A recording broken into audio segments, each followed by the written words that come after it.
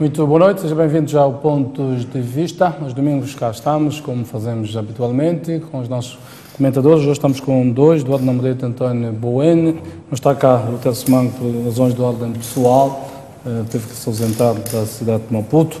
Mas vamos então fazer a análise com os nossos dois comentadores. Começo, como faço sempre, por convidá-los a trazer os assuntos da semana na óptica pessoal. Eduardo Namorete escolheu como assunto da semana a visita do presidente Youssouf Momad a Nampula. Bom, eu começo então por agradecer a Deus pela saúde e vida. Eu escolhi também saudar os colegas aqui do painel, aos telespectadores em casa, boa noite. Escolhi o tema da visita do presidente Youssouf Momad a Nampula pelo seu valor, pelo significado que esta deslocação tem, num momento em que pairavam muitas dúvidas, quer no seio dos militantes do partido, assim como na própria sociedade em geral, sobre a possibilidade de ele poder fazer a sua campanha eleitoral, sobre a possibilidade dele poder fazer o seu trabalho político normal. E como sempre vínhamos dizendo, que esta dúvida não tinha nenhum sentido de existir, porque todas as condições que se exigiam para que ele pudesse sair das matas da Gorongosa e voltar a fazer as suas atividades políticas normais e dirigir o partido a partir da sede nacional, que é a capital do país, é o que estamos a presenciar neste momento. A ida do presidente Youssouf Momad vem por termo, então, a todas essas dúvidas, a todas essas interrogações sobre se ele sairia das matas, se ele seria o candidato, se ele voltaria a fazer a política a partir de Maputo. E neste momento nós temos esta clareza e, como vimos pelas imagens da sua recepção em Nacala, é algo de facto que mostra o quão os membros, os militantes, os simpatizantes ansiavam por ver o presidente da Renamo a voltar a fazer o seu trabalho político, a voltar a coordenar as atividades do partido fisicamente e em contato direto com o eleitorado. Muito bem, o António Bueno escolheu como assunto da semana o 4º Conselho Nacional da Juventude. Muito boa noite, caros telespectadores, e também cumprimentar os colegas do painel agora e também a Sigir Inês Langa. Eu escolhi este tema porque foi um tema que abordou assuntos da juventude e sabemos nós que a juventude constitui a maioria deste país e tem os seus próprios desafios, as suas próprias expectativas, e é sempre importante prestar a maior atenção possível a este grupo, nesta faixa etária, porque, como se diz sempre, são o garante da continuidade deste Estado, desta sociedade, e nesse caso, então, urge, de facto, prestar maior atenção a este grupo, a esta faixa etária. Mas também chamou muita atenção a intervenção do Presidente da República, quando procedeu à abertura oficial desta conferência, e entendo eu que o Presidente da República, a sua intervenção, não terá feito usando de facto essa qualidade de chefe de Estado, mas eu vi o Presidente Inhouse a tentar usar a linguagem dos jovens, a falar diretamente com os jovens, como se diz até olho no olho, e depois e foi nessa perspectiva, nessa perspectiva da abordagem que o Presidente Inhouse terá feito na qualidade de quase irmão mais velho daqueles jovens, principalmente pela qualidade das mensagens que transmitiu. Quer dizer, não foi no sentido de, eventualmente, de definir regras ou estabelecer, eventualmente, comportamentos de conduta, apenas simplesmente lançar desafios à juventude. Desafios em que os jovens, se estiverem bem atentos e dispostos, podem pegar esses desafios e, de facto, envolvendo-se mais na sua educação, envolvendo-se mais preferencialmente na área técnico-profissional e, se eventualmente ver uma cultura começar a desenvolver ou melhorar grandemente a cultura de trabalho, que deve sempre orientar os jovens, de certeza que os desafios, muitos desafios que a vida e a sociedade sempre apresentam à juventude podem com muita facilidade ser enfrentados e com muito sucesso conseguir ganhar a sua vida. Bem, haja juventude moçambicana. Muito bem, vamos aos assuntos que elegemos. Vamos começar pela detenção do Presidente do Conselho de Administração do INSS, Francisco Feliciano Mazóio, foi detido na última sexta-feira no Puto e a sua prisão foi já legalizada ontem, com a comunicação feita formalmente pela Procuradoria-Geral da República, portanto, a confirmar então a legalização por parte de um juiz de instrução criminal. Significa então vai manter-se detido até, digamos, a conclusão da instrução do processo. Muito bem, vou começar aqui pelo Bueno. O que é que significa esta detenção de Francisco Mazóio? Bom, em princípio, o facto do juiz de instrução criminal ter confirmado a sua detenção, então significa haver no processo indícios mais do que suficientes e tudo leva a crer que o Sr. Mazóio terá cometido os crimes de que vai indiciado, ainda nesta fase de processo. E em face desses indícios fortes, o juiz também terá percebido que a medida a aplicar para este caso em concreto seria a de prisão preventiva. Agora, resta saber se porventura os advogados do Mazóio irão requerer a sua liberdade provisória e em face desse pedido qual será a decisão do juiz de instrução. Mas é que nós ultimamente temos estado a assistir, a ideia até nem sequer se trata da necessidade de obstruir a justiça ou evitar que seja feita a justiça. Mas esta justiça tem que ser feita também no estrito cumprimento das leis. E temos estado a assistir a um uso abusivo da detenção de cidadãos, principalmente até com a intenção de investigar. E eu acho que isto é que, se for este o caso, espero eu que não seja este um dos casos, em que haja de facto muitos indícios no processo e que eventualmente as fases subsequentes não irão levar tanto tempo como alguns outros processos têm levado e que eventualmente a acusação a ser deduzida pelo Ministério Público o será dentro dos prazos previstos e que nesta fase de instrução preparatória, não sei em que fase se encontra o processo, não leve mais tempo do que eventualmente esteja estabelecido na lei.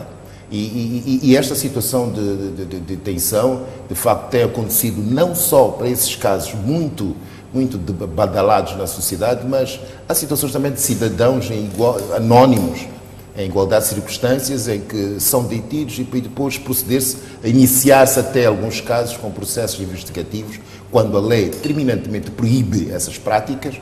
Significa que alguém só pode ser indiciado depois de ter havido um processo anterior de averiguações, em que há dados concretos, há indícios fortes que indicam que esta pessoa terá praticado aquele tipo legal de crime ou diversos tipos legais de crime. Então, aguardemos para ver o que é que vem a seguir. Eduardo Lambrete, na sua leitura a esta detenção, ele é acusado de crimes de peculato, corrupção e falsificação. Bom, a primeira reação é de que, de facto, não estamos numa sociedade que está com problemas muito sérios.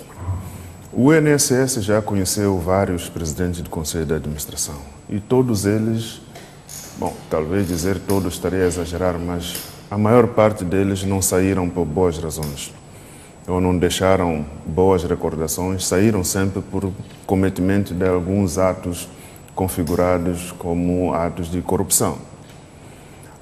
Depois de terem passado todos esses, a expectativa quando se colocou um sindicalista para dirigir o INSS era de que este sindicalista pelo menos sentiria a mesma dor que sentia quando militava como sindicalista, a dor que os trabalhadores sentem e que cuidaria dos recursos dos trabalhadores da melhor maneira possível e que não se deixaria levar pelas tentações que levaram aos outros, porque eventualmente os outros que por lá passaram não tinham este passado, não tinham esta relação afetiva com o trabalhador, entanto que pessoa que está do lado diferente do empregador, porque alguns até eram empresários que passaram por lá como presidente do Conselho de Administração, mas ele como trabalhador, como sindicalista, esperava-se dele que fosse uma pessoa que iria zelar por todo o centavo que que o trabalhador deposita naquela instituição, que é o garante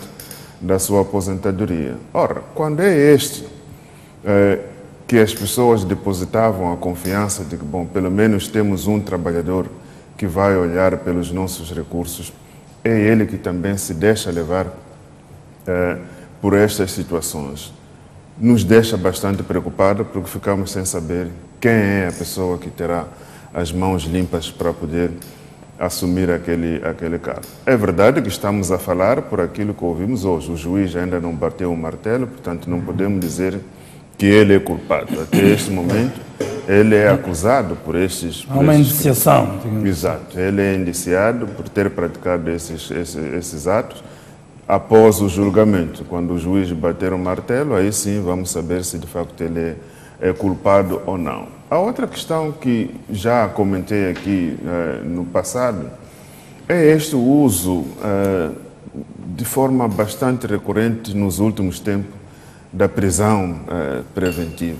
Eu acho que a justiça não se faz apenas com a prisão das pessoas, com a detenção das pessoas, fazendo uso da prisão preventiva. Porque, no meu entender, a prisão preventiva ela deve ser chamada quando existe aqui algum perigo de obstrução, quer do próprio processo ou de destruição, quer dizer, ou criação de alguma desordem pública ou algum indício de que a pessoa pode fugir, mas nem para isso há mecanismos que se possam acautelar esses perigos todos. Porque eu não sei se teremos espaço suficiente para colocar tantas pessoas que ainda vão ter que ser levadas a tribunal.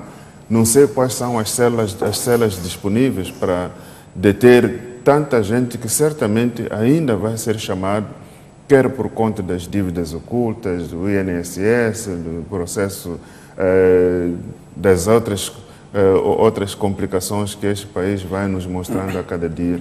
E este não é o objetivo final. O objetivo final é que as pessoas, uma vez acusadas, sejam julgadas e, se forem condenadas, vão cumprir a sua pena. Se não forem, diz simplesmente que eles não são culpados e mantém-se livre. Agora, não estamos falando daquela situação de preso por ter cão, preso por não ter. Quando não se prendia ninguém, dizíamos, bom, esta nossa justiça não mexe nos grandes, agora que prende, também questionamos. Não, o problema é que o prender por prender não nos diz se de facto esses que estão a ser presos são culpados ou não. Nós ficaremos satisfeitos quando essas pessoas forem julgadas e se dizer que eles são culpados, são condenados a tantos anos de cadeia, a pena é esta. Porque neste momento ainda estamos numa fase de, pronto, vamos privar as pessoas de liberdade, mas não sabemos se são ou não são culpados. Ora, se não sabemos se são ou não são culpados, por que então privá-los de liberdade, se é possível chegarmos à conclusão se são ou não são culpados, colocá-los na cadeia? Aí o que se pretende é que, de facto, haja celeridade do próprio processo para que, em tempo útil, essas pessoas sejam ou mantidas na cadeia ou devolvidas para as suas vidas normais. O ideal seria que, a partir do momento que a pessoa é detida, já não há mais dúvida, ou pelo menos já há 90% de certeza de que esta pessoa é culpada. Porque certamente, quer o Ministério Público, assim quando o processo chegar ao juiz, saberá-se de antemão que aqui é simplesmente para cumprirmos uma formalidade, ele não vai para casa. O que falta fazer é simplesmente dizer quanto tempo vai ficar na cadeia. Mas a possibilidade da pessoa voltar para casa não deve existir. Não é o que acontece neste momento, porque aparentemente as dúvidas ainda persistem. Há alguns indícios fortes, sim, mas que não indicam claramente que esta pessoa é culpada pelos crimes de que é indiciada.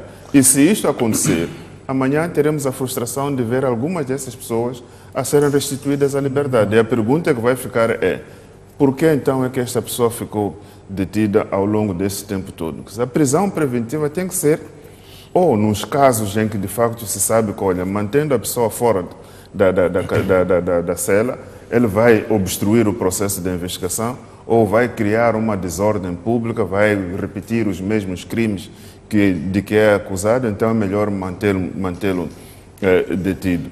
Ou, então, quando se tem a certeza, em 90%, 80%, mas que a chance desta pessoa ser restituída à liberdade são mínimas. Porque se existe a chance dele voltar à liberdade, então é melhor deixá-lo em liberdade. Antônio, voltando assim, para a promoção de uma prisão preventiva, há duas entidades que intervêm, o Ministério Público e há o juiz de instrução. Portanto, são entidades completamente diferentes.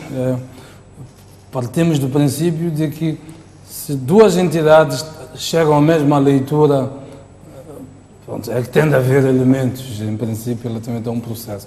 Se o Ministério Público promove uma prisão preventiva de alguém, o juiz de instrução, que tem a prerrogativa de dizer que sim, porque há várias medidas de coação.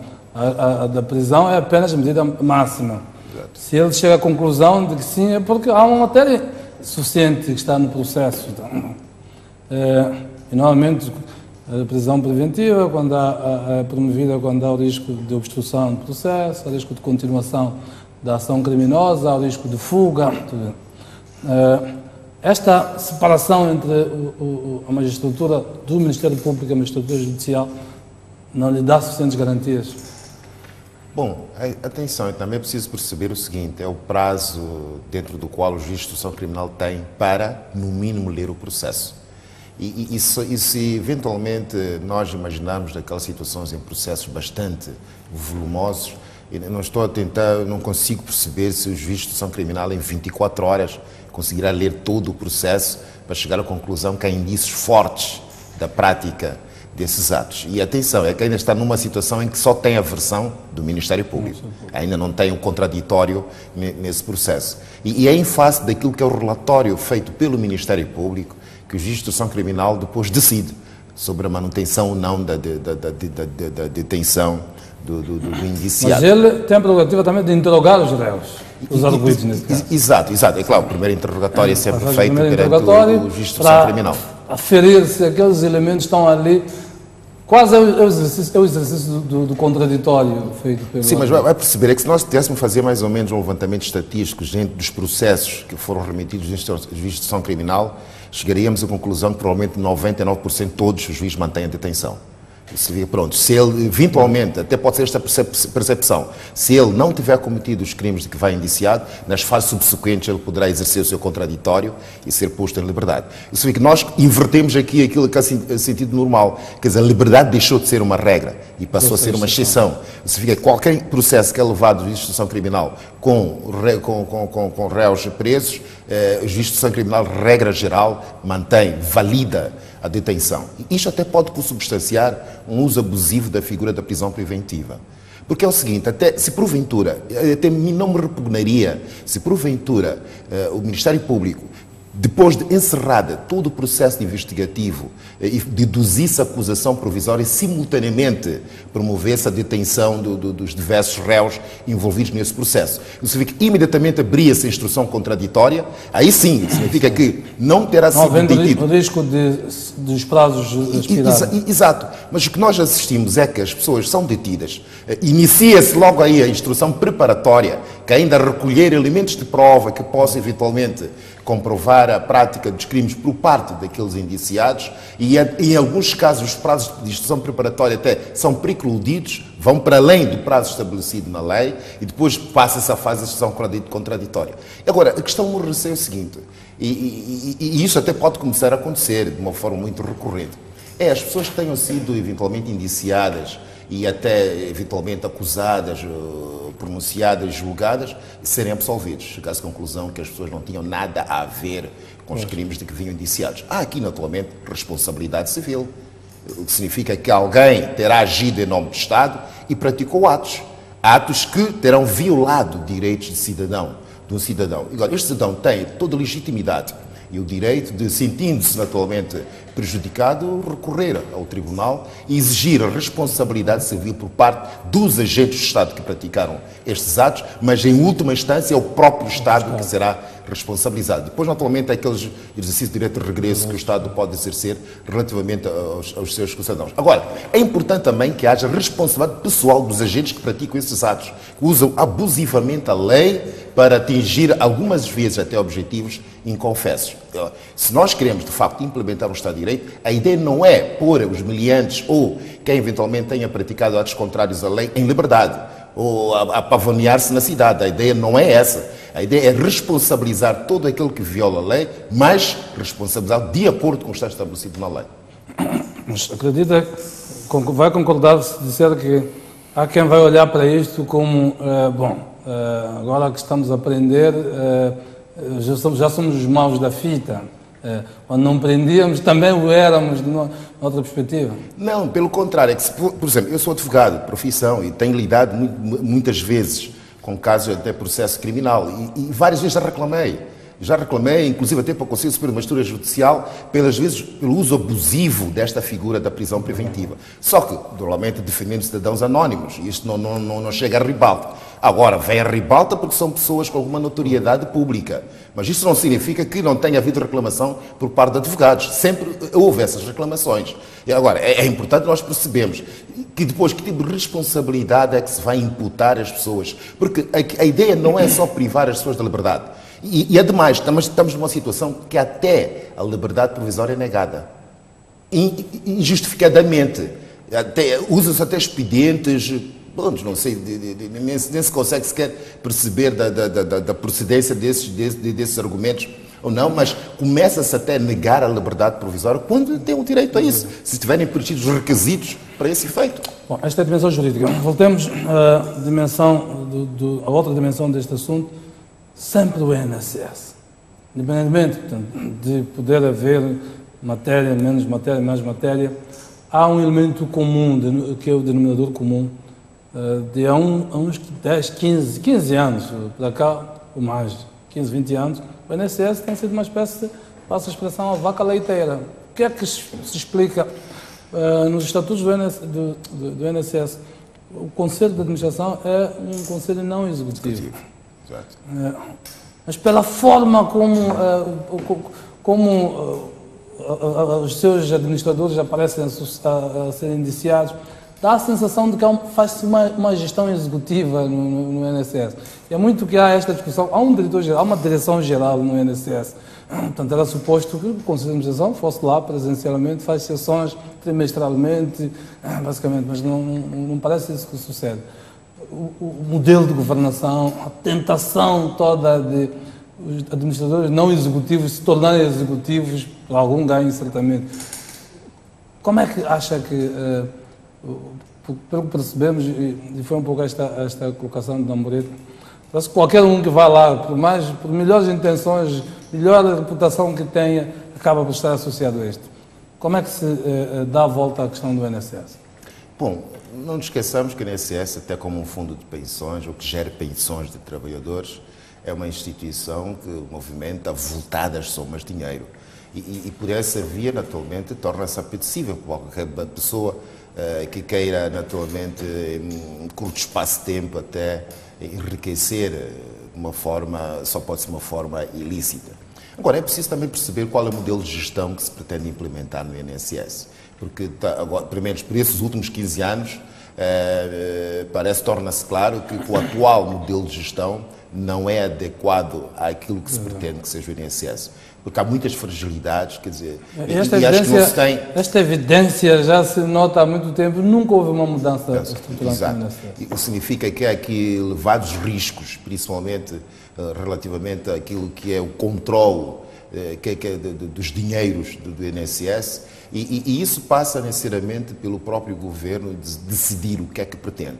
Se quer que ainda manter grande influência política, digo política através do Ministro do Trabalho na gestão do INSS, porque esta influência é clara, quer dizer, nunca se escondeu que o Ministro do Trabalho sempre teve influência, aliás, a última palavra, regra geral, quem a dá para os grandes investimentos do INSS é o próprio Ministro do Trabalho, o que significa que é uma grande influência política governamental, por via de governo, no INSS. Agora, temos que pensar o que é que nós pretendemos. Sendo até um fundo de pensões de trabalhadores, provavelmente até começássemos a pensar seriamente em alterar o modelo de gestão e começamos a meter... Bom, não foi este caso, infelizmente, deu-se mal o atual presidente do INSS, que veio até dos sindicatos, que eu acho que devia haver maior até representatividade, quer dos próprios trabalhadores que descontam, que são os principais contribuintes do INSS, bem como as entidades patronais, que também deveriam se fazer representar no INSS, e criar modelos de gestão que haja, de facto, muito rigor naquilo que é o controle das decisões tomadas pelo Conselho de Administração, que deve, efetivamente, ser não executivo. E não executivo significa não tomar decisões do dia a dia e dar mais poderes ao diretor-geral. Porque se o Conselho de Administração não é executivo, começa a tomar decisões do dia a dia da própria organização, então aquele controle que deveriam exercer sobre as decisões deixa de existir.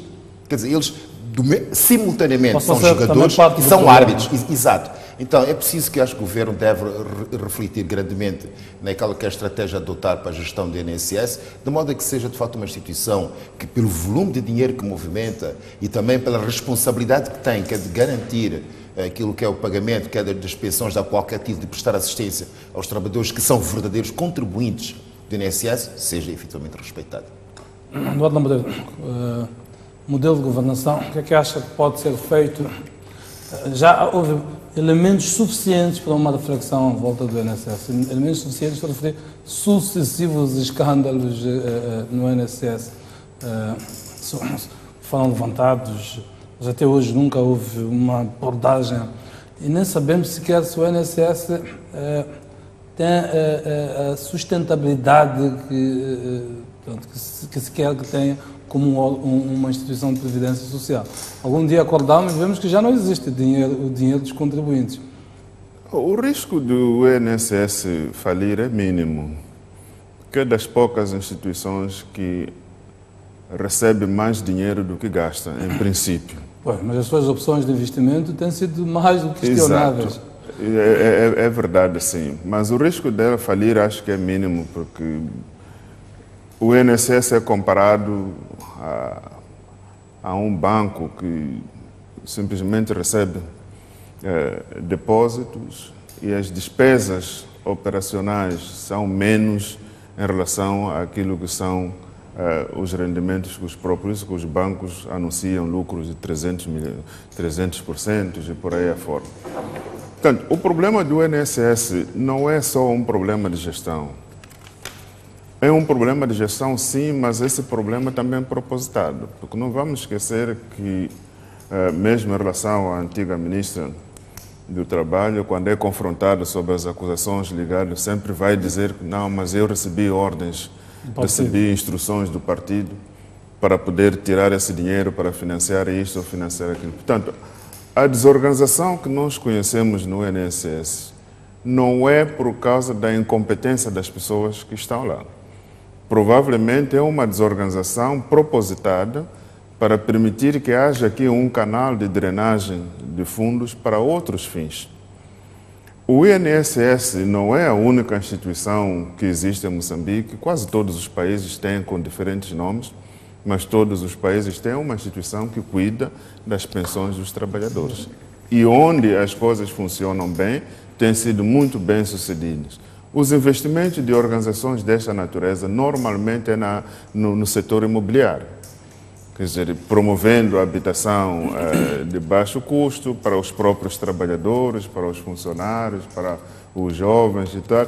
Não me lembro, não conheço nenhuma dessas instituições que gerem as pensões dos trabalhadores de estarem envolvidos em negócios de aviação civil e por aí afora. Portanto, são áreas que não são muito, porque não trazem benefício direto ao próprio trabalhador. Mas o investimento no setor imobiliário, em que se constroem casas populares, é evidente que o trabalhador tem benefício, ou o filho do trabalhador tem benefício direto nesses investimentos. E o INSS, o objetivo dele não é concorrer com bancos, mas sim valorizar, não é, o investimento que o trabalhador faz, para que no fim, quando ele se aposente, não haja dificuldades de se restituir aquilo que o trabalhador os objetivos contribuiu.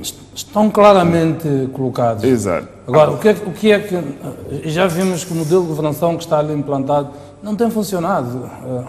Toda a gente que entra ali entra com a melhor reputação possível e sai chamuscada. É que enquanto nós não resolvermos este problema de dar a independência às instituições, não interferirmos nas instituições. Porque, por exemplo, eu não acredito que a ministra Helena Taipa, a antiga ministra Helena Taipa, tenha inventado da sua cabeça de que parte das coisas que mandou fazer no INSS foi por orientações superiores.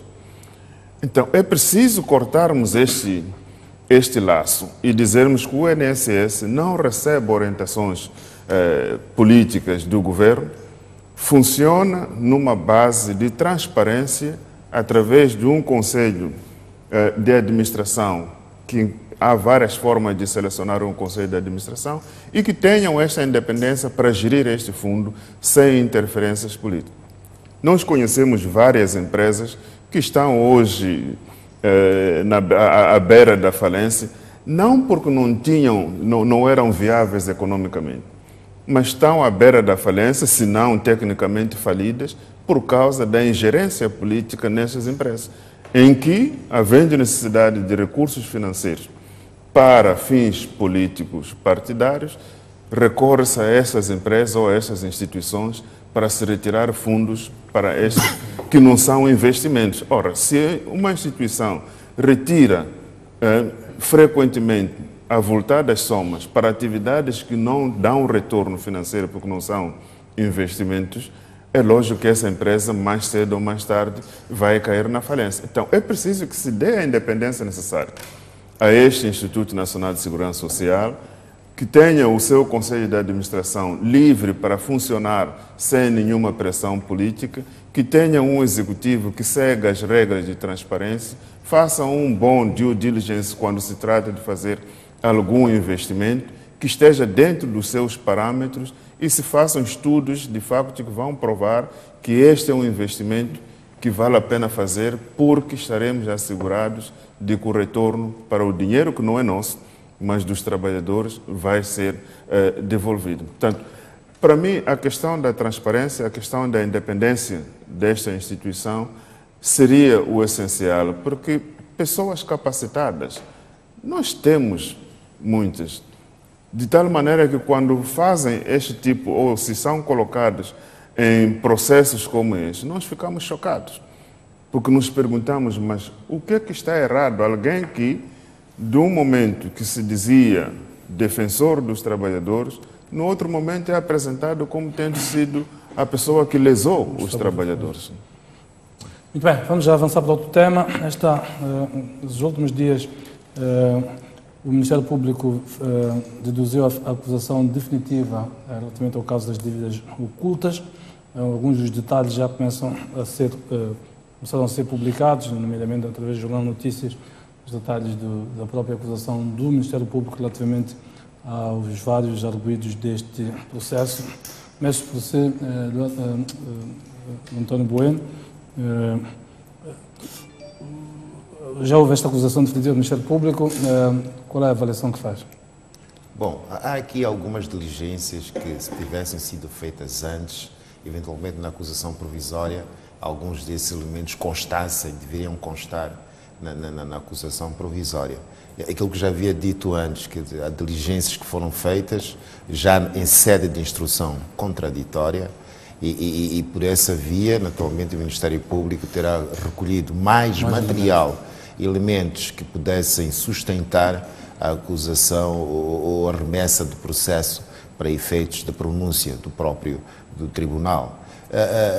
E é o seguinte, é que isto vem trazer ao de cima aquilo que são, e é um fato real, a fragilidade, ou algumas vezes até a falta de condições, quer dizer, humanas e materiais do Ministério Público a levar avante investigações sérias, principalmente em crimes tão complexos quanto são os de branqueamento de capitais e também os crimes conexos e precedentes a estes. E isto, naturalmente, trouxe à tona dados que antes não eram do conhecimento do Ministério Público e também do conhecimento público. O que significa que, se eventualmente a defesa dos réus, diversos réus, poderia, de alguns réus que viram até, eventualmente, alguns crimes retirados, mas outros também novos, que lhes são imputados, tem naturalmente agora o trabalho a dobrar, no sentido de esperar, naturalmente, quem cede o despacho de pronúncia ou de não pronúncia a ser proferido pelo juiz da causa, possa eventualmente, ou o próprio juiz tiver até convicção que efetivamente esses crimes teriam sido cometidos, então a situação desses réus vai ficar em certa medida um pouco mais complicada do que já se mostrava antes. E também, quer dizer, foi possível notar durante a instrução contraditória diversas buscas e apreensões feitas em diversos imóveis titulados por alguma das pessoas envolvidas neste processo, e também já foi publicitado que, para além deste processo principal, já há outros 2 processos paralelos, e podem até mesmo surgir novos processos paralelos em face daquilo que foi o resultado das averiguações efetuadas em sede de instrução contraditória. Isso significa que este processo mãe, que é o das dívidas ocultas, vai gerar vários filhotes, quer dizer, outros pequenos processos, e tenho a impressão que haverá naturalmente muita mais gente envolvida, e nessa altura é que teremos a real dimensão do que é que efetivamente terá acontecido neste calote, porque pelo número como é que se diz, de dados que vão aparecendo, tudo leva a crer que os envolvidos não são apenas aqueles que constavam na acusação inicial, há muito mais gente envolvida. Todos já feitos. Vamos a ver, do ponto de vista do conteúdo, a forma como este dinheiro foi sendo usado, foi branqueado para ter em compra de automóveis de luxo, de imóveis de luxo. Era uma verdadeira festa. A liquidez é muita, toda a necessidade de gastar o dinheiro a qualquer custo. E me parece que a estratégia montada era o dinheiro que tenha sido depositado em contas em Abu Dhabi, no Dubai, e era preciso trazer esse dinheiro cá para dentro. Então era preciso encontrar vários mecanismos de conseguir transferir o dinheiro para Moçambique. E o dinheiro tanto pode vir dinheiro vivo, podia ter vindo em dinheiro vivo, ou até essas transações que foram feitas.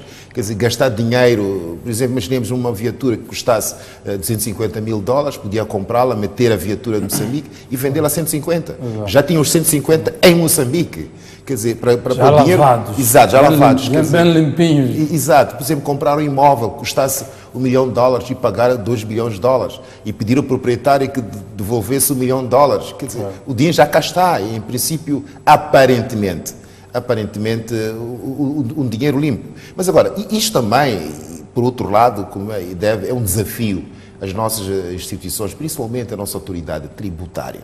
Porque, independentemente, a ideia não é estarmos contra ricos, nem pode ser esse o critério. Aliás, nós precisamos de ricos, mas ricos moçambicanos que investem em Moçambique. Nós precisamos de pessoas com essas capacidades, também com um arcabouço financeiro razoável para poderem investir em Moçambique. Mas há aquelas situações em que, por exemplo, demonstra-se até uma ostentação clara de riqueza, de luxo, e depois, será que esta pessoa terá pago os impostos devidos? Quer dizer, a autoridade tributária tem que começar também a analisar e investigar situações dessas em que não se está contra quem eventualmente ostenta luxo ou riqueza, mas nós todos devemos contribuir para o erário.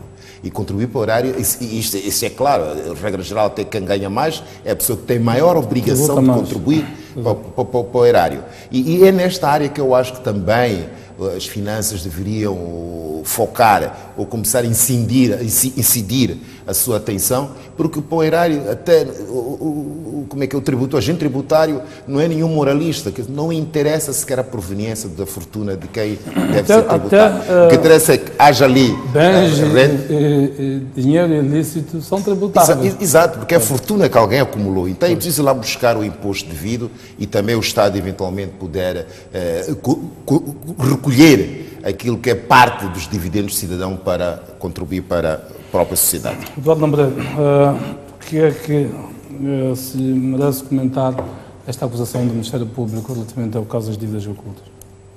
É um passo significante que se deu, evidentemente que não é o fim, Eu li a acusação definitiva do Ministério Público e tem ali uma das acusações que acho que nem consta do Código Penal. O tipo de crime que vem ali, não me lembro exatamente, gestão...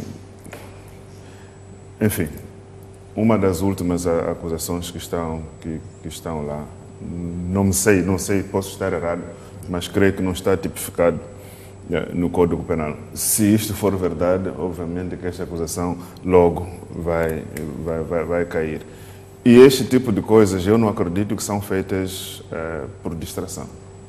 Algumas das vezes nós acusamos as pessoas de coisas que sabemos que chegando ao juiz, certamente que essa acusação vai cair. É um ceticismo que eu tenho, de que, e já não é um ceticismo sem fundamento, porque já tivemos experiências no passado em que algumas pessoas foram acusadas de vários tipos de crime e que no fim tudo foi reduzido a pouquíssimos desses crimes. Quando não há fundamentação, porque toda acusação tem de ser fundamentada. Exatamente, e essas acusações todas, e mesmo se tratando tem que haver matéria probatória. Mesmo se tratando deste caso em concreto de que estamos a falar, não nos esqueçamos daquilo que disse o presidente Gabusa, que é uma das pessoas que eu acho que conhece profundamente este caso, quando falava de que há muita poeira, não sei o quê. Certamente não é do nada que ele diz que há muita poeira, ele sabe que no momento certo muitas dessas coisas vão cair. Mas de qualquer maneira este é um passo que devia ter... um jogo de pressão, não é? Exato. É um passo que devia já ter acontecido há bastante tempo. É verdade que esta matéria é extremamente complexa e eu quero acreditar que mesmo sendo sido deduzida esta acusação definitiva, ela não é sólida o suficiente para poder, em sede de julgamento, poder se garantir a 100% de que aquelas pessoas vão receber as penas. Ainda há pronúncia do juiz, portanto, primeiro vamos ver se o juiz tende a receber esta acusação e fazer o despacho de tal pronúncia ou não pronúncia. Portanto, significa que ele concorda com o fundamento e leva ao tribunal. A história nos leva que o processo há de seguir para julgamento desta maneira.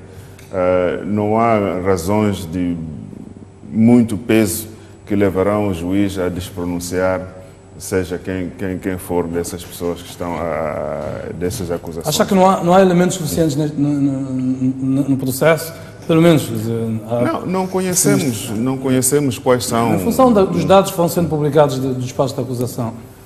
Olha, este é um processo bastante complexo e uma das coisas que posso chegar à conclusão neste momento é que, apesar daquilo que está a nos chocar muito, dos brinquedos que o Ndambi comprou para distribuir aos amigos, não sei o quê, este não é o valor nem sequer 10% daquilo que de facto foi o rombo nesse escândalo.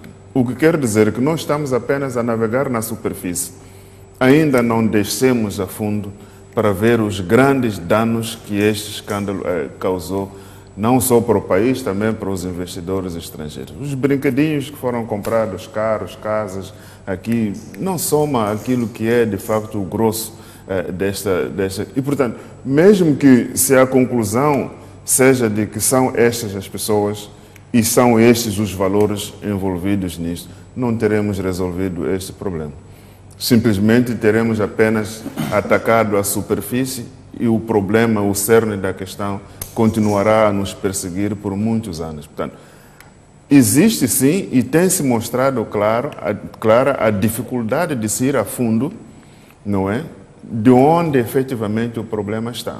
Neste momento estamos a mexer na parte da superfície, olhando para os carros, para as casas, para as viagens, para os aluguéis de avião. O problema é muito mais profundo do que isto. E enquanto não se chegar às pessoas-chave, que são as pessoas que efetivamente conhecem o segredo, e uma das pessoas-chave é Manuel Chang, por isso a grande batalha para que ele volte para Moçambique, porque efetivamente ele a ir para os Estados Unidos, há aqui um grande potencial de ele ser pressionado a mostrar o verdadeiro rombo A questão dos carros, para mim, não é o essencial. As casas, os aluguéis dos jatinhos, as viagens, isso é de meninos mimados, eles estavam a fazer disso brincadeira, dos dinheirinhos que eles conseguiram angariar nessas manobras de tráfico de influência aqui, abrir possibilidade para ter acesso ao meu pai ou não sei quantos. Mas esta não é a grande operação que tem que se desencadear. A grande operação, de facto, tem que ir muito mais a fundo, porque, efetivamente, os que estão a sentar no bem bom sobre a desgraça dos moçambicanos, certamente nem estão aqui em Moçambique neste momento. Não, mas é um aspecto importante que aqui na Morente levanta. De facto, nós temos de tentar fazer uma avaliação. O rumbo que aconteceu orça mais ou menos 2 bilhões e qualquer coisa de dólares.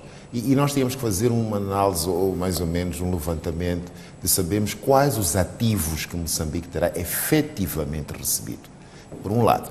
E dentro desses ativos recebidos, qual o valor real dos mesmos? Expurgarmos aquilo que Moçambique recebeu. Pelo que percebemos, todos eles foram sobrefaturados. Exato. E depois, no fim, ficaremos com o valor real. Porque falar dos 50 milhões de dólares, mais 8 milhões, não chega àquilo que é a dimensão do valor que não corresponde aos ativos recebidos por Moçambique. E o dia que nós tivermos este valor concreto, e não depende, nem depende sequer das nossas autoridades moçambicanas, mas isto assenta fundamentalmente na cooperação jurídica e judiciária, que se deve estabelecer principalmente com autoridades do Dubai. Porque todo o valor foi depositado em contas domiciliadas no Dubai. E o dia que nós temos essa informação, saberemos facilmente, com relativa facilidade, para onde é que terá sido canalizado este valor. E isto também tem relação direta com as ações propostas no tribunais em Londres. Isso significa que a Privivest vai ter, se for o caso disso, pode ser até obrigada a abrir os files todos e dizer para onde e para quem teria destinado os valores. Nessa altura, teremos uma real dimensão do rombo. O Nobrete falava aqui da questão do presidente Guebuza, que falou um pouco de poeiras, naquele jeito metafórico dele, é muito difícil aqui a que se referia, mas já há uma mensagem qualquer que ele queria mandar. Isto. E dias depois temos conteúdo deste despacho em público, que sugere que alguém queria mandar também uma resposta ao presidente Guebuza com relativamente àquilo. Pronto, é apenas meramente há ter havido uma coincidência entre o processamento do antigo presidente Guebuza e o encerramento da instrução contraditória, porque o Ministério Público das duas uma mantinha a acusação provisória nos termos em que a tinha feito, ou em função dos novos dados coletados a nível de instrução contraditória, naturalmente puder deduzir nova acusação. Pois, mas também posso, que era uma coincidência. Exato. Uma coisa que salta à vista em face de tudo aquilo que foi falado do Ndambi, acredita na ideia de que um pai pode ter um filho com todo aquele património, oferecer a toda a gente e desconhecendo completamente?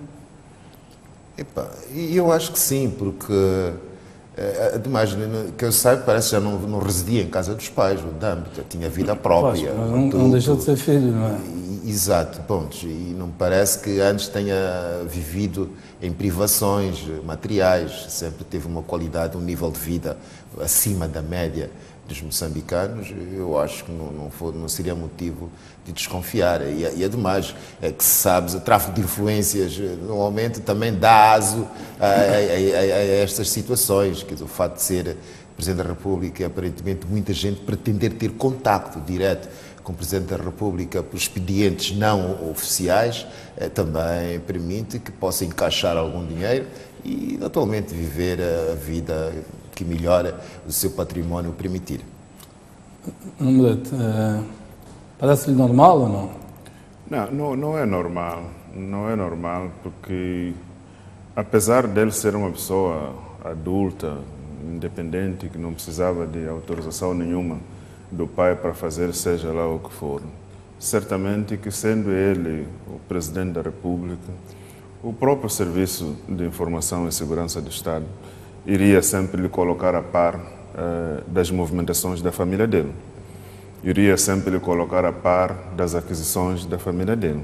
Pois, mas esses serviços estavam envolvidos também, pelo que percebemos. Aí é que está, mas mesmo assim eu acredito que ele teria alguma informação de algum lugar, porque isso tudo não era algo tão normal. Transações ao nosso nível, transações desta natureza, portanto, fazer uma oferta de coisas de valor tão elevado, registro de imóveis, registro de valores, mesmo fora do país. O filho do presidente não é um cidadão anônimo nem em Moçambique, nem na África do Sul. Portanto, qualquer aquisição que este indivíduo faça, alerta as instituições nesse país, chamam a atenção deste país e ele, por exemplo, tem por obrigação, não é, dar a conhecer ao outro lado. Olha, nós estamos a notar aqui algumas, porque são informações sensíveis mesmo para o próprio serviço de segurança. Portanto, são pessoas, hoje são tidos como pessoas expostas. Politicamente expostas. Todos nós agora somos pessoas politicamente expostas.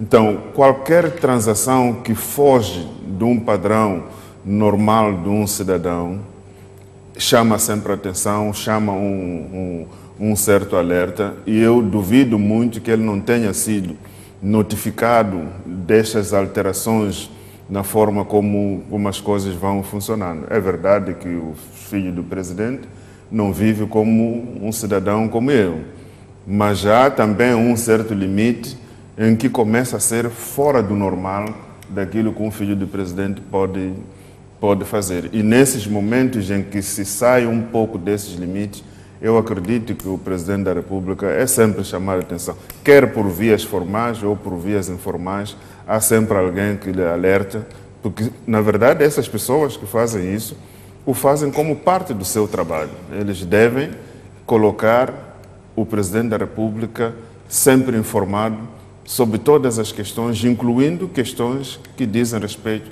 à sua família. Bem, nós vamos terminar por aqui. O nosso tempo já esgotou. Temos mais um tema que podemos discutir noutra ocasião. Vamos terminar por aqui, portanto, com a esperança então de nos voltarmos a encontrar no próximo domingo. Muito boa noite e até lá.